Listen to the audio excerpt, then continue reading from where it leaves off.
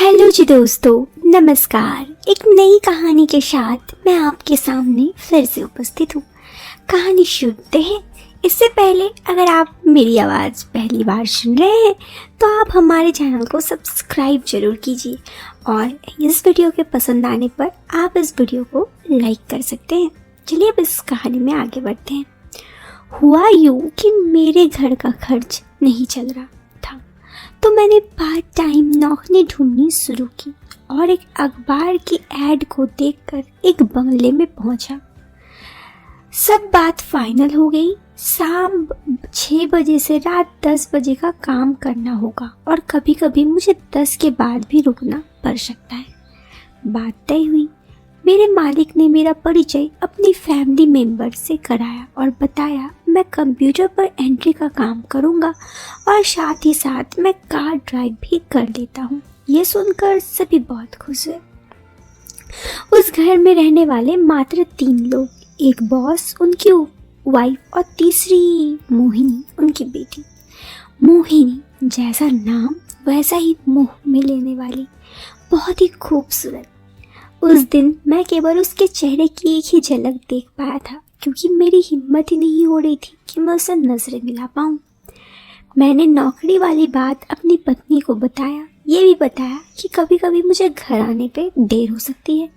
Position ऐसा था कि वाइफ भी सहमत हो गई। दूसरे दिन ठीक शाम के 6 बजे मैं उनके बंगले में पहुंच गया। काम निपटाने के बाद जैसे ही मैं घर के लिए निकलने लगा तो बॉस बोले, उठे, हम सभी एक पार्टी में जाना है, क्या तुम हमारे साथ जाने के लिए तैयार हो? पहला ही दिन और रुकना, मेरा गला सूखने लगा। मना करने की सूरत में हो सकता था कि जॉब चली जाए और ना मना करने की सूरत में मैं पहले ही दिन ओवर टाइम करना पड़ सकता था। खैर, अपनी पत्नी को फोन कर ये बात बताई तो उसने बेमन से जाने के लिए बोला। क्योंकि मेरा जॉब का पहला दिन था तो मैं भी थोड़ा फैशनेबल कपड़े पहन गया था। जूते वगैरह पॉलिश थे, इसलिए मुझे कोई परेशानी नहीं थी।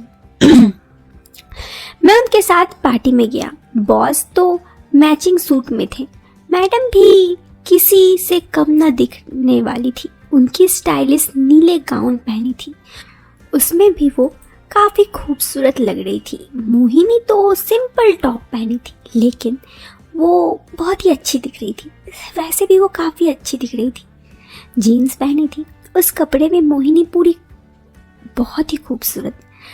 अगर उसे एकदम अंधेरे में देखा जाए तो वो अच्छी तरह देखा जा सकती थी।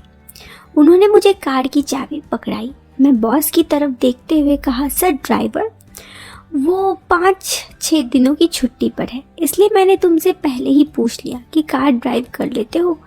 मैंने बिना कुछ कहे चाबी उनके हाथ से ली और ड्राइवर सीट पे आके बैठ गया।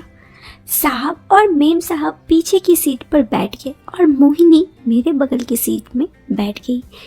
एक बार तो मेरी नज़र उससे मिली, पर फिर मैंने नजरें हटा ली और मैंने लोकेशन बताने के लिए गाड़ी स्टार्ट कर दी। 2 ही मिनट हुए होंगे कि कानों में साहब और मेम साहब की बातें जो पार्टी के बारे में बात कर रहे थे। हालांकि वो दोनों काफ़ी धीरे धीरे बात कर रहे थे, फिर भी मुझे लगने लगा कि आज रात मुझे देर हो जाएगी, अब तो जो होगी देखा जाएगा। अचानक गाड़ी चलाते हुए मेरी नज़र बैक मिरर पर पड़ी। मिरर से देखा तो वो दोनों एक दूसरे से अभी भी बात कह रहे थे। लोकेशन पर पहुंचने से पहले मोहिनी ने एक बार पीछे मुड़कर नहीं देखा और ना ही उनसे बात करने की कोशिश की। मुझे लगा कि मोहिनी इन बातों को जानती है, इसलिए उसे कोई फर्क नहीं पड़ता। वो केवल अपने कानों में ईयरफोन लगाकर गाना सुनने में व्यस्त थी। खैर, हम लोग पार्टी वाले लोकेशन पहुंच गए। वहां से तीनों उतरकर अंदर चले गए। किसी ने मुझे अंदर चलने के लिए बोला ही नहीं, इसलिए मैं वहां अकेला रह गया। रात के करीब 2 बज चुके थे। मेरे घर से बार बार फोन आ रहा था। मैं अब ना इधर का था ना उधर का। नौकरी के पहले दिन कुछ गड़बड़ ना हो, सो मैंने मालिक की बात रख ली। अब मुझे लगने लगा कि मैं अगर यहाँ काम करूँगा तो फंस जाऊँगा, इसलिए मैंने काम छोड़ने का फैसला कर लिया और उनको चाबी पकड़ाने अंदर जा ही रहा था कि बाहर मोहिनी को आते हुए देखा। वो अपने पापा को सहारा देकर ले आ रही थी। साहब ने शराब बहुत ज़्यादा पी रही थी, संभाल नहीं पा रहे थे। मैंने मोहिनी से साहब को लिया और सहारा देकर कार की तरफ जा ही रहा था, तभी मोहिनी बोली कि मतलब मालकिन भी अंदर ही है। मैं कुछ न बोला और बिना कोई रिएक्शन दिए साहब को कार में डाला और मोहिनी के पीछे अंदर जाकर मेम साहब को भी उठा लाया। खैर मैं भी उनको कार में डाला। फिर मैं और मोहिनी दोनों अपनी अपनी जगह पर बैठे। थोड़ी देर बाद ही हम सब बंगले में पहुंचे। एक बार फिर से मैंने सहारा देकर उन दोनों को कमरे में पहुंचाया और चलने लगा। तभी मोहिनी बोली, सॉरी यार, इन लोगों की वजह से तुम्हें काफ़ी देर हो गई। कोई बात नहीं, लेकिन कल मैं नहीं आ पाऊंगा। ये कहकर मैं वापस जाने के लिए मुड़ा तो मोहिनी बोली, पहले ही दिन तुम थक गए। मैंने कहा, थकने वाली बात नहीं है, मैं अपनी इनकम बढ़ाने के लिए पार्ट टाइम जॉब चुनी, पर इससे तो मैं ना घर का मुंह देख पाऊंगा और ना ही अपनी नींद पूरी कर सकूंगा। मोहिनी बोली, ठीक है मत करना, लेकिन कल आ जाओ। ठीक है कहकर मैं चल गया। घर जाकर अपनी पत्नी को पूरी बात बताई। वो बोली, ठीक है कल देखो क्या होता है। दूसरे दिन मैं मोहिनी के कहने पर उनके घर गया तो साहब बोले, अगर तुम फुल टाइम जॉब यहाँ कर लो तो तुम्हें तुम्हारे हिसाब से सैलरी मिल जाएगी। मुझे ये ऑफर अच्छा लगा क्योंकि मेरी भी वो भी जॉब प्राइवेट थी और ये भी। फिर मैंने एक दिन का समय मांगा। पहले अपनी पत्नी से मशवरा किया, मैंने उन्हें हामी भर दी और उनके यहाँ काम करने लगा। धीरे धीरे मैं उनके यहाँ काफ़ी घुल मिल गया क्योंकि मैम और मोहिनी एक बड़े घर की थी। तब वो मेरे सामने कैजुअल कपड़े में आने लगे।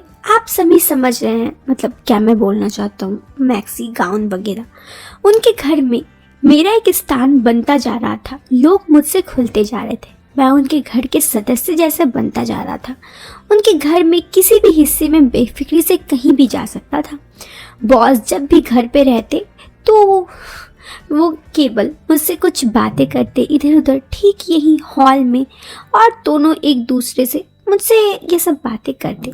मालिक और नौकर के रिश्ते के कारण मैंने पहल नहीं करना सोचा, पर घटना तो घटना ही हुई। हुआ कुछ यूं कि जिस दिन ये घटना घटी उस रात पहले मैंने जम के मतलब इधर उधर खाना खाया था और शराब पी थी, तो मेरे दिमाग में ये सारी घटनाएं घट ही रही थी।